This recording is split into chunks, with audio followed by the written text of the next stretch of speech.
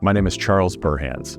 As the SVP of Life Sciences, I head up our Life Sciences team at Rimkus, which consists of our Human Factors team, our Sports Science team, our Toxicological group, and our Visual Technology team. I began in leadership roles a long time ago.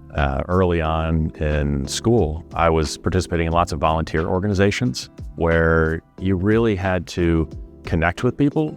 And over time, I got an opportunity to start leadership within a company, and eventually started leading a small group of people, usually on projects, 2 or 3 people at a time. Later, when I joined Rimkus, I got the opportunity to lead a larger team of the sort of combined life sciences group.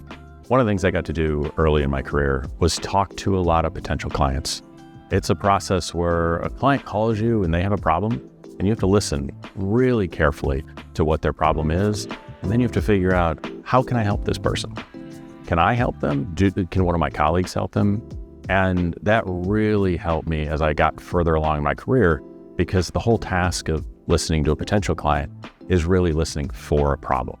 And for me, when I think about leadership, I think about the time I spend with my team, listening to them and trying to help them better understand the problems that they're trying to solve.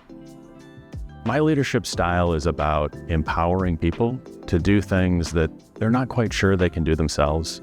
I have found so many times in my career where people have so many skills and so much talent, but they just lack a little push.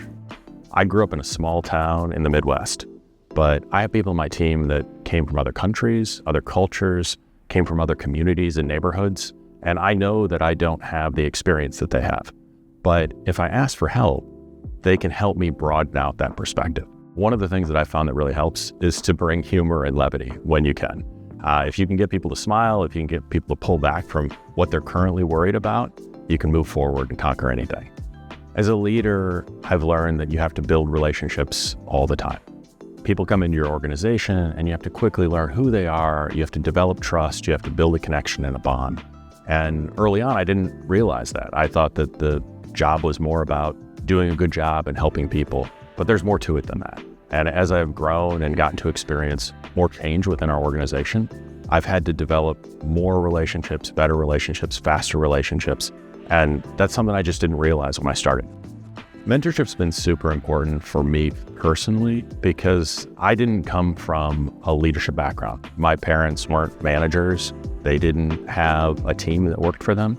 And so when I started working in leadership roles, I kept going back to my mentor and saying, how do we do this? Like, why is this such a problem? Have you experienced this before? Can you help me sort of unpack what's going on? And their willingness to spend time with me and to help me understand how they think through problems was invaluable to me as I encountered the same problems.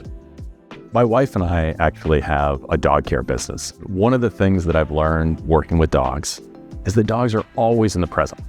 They're not thinking about the past, they're not thinking about the future. And it's a reminder to me to be present with my team, and to remind them to be present, because there's enough time in the future to deal with the future's problems. We need to be present to solve today's problems.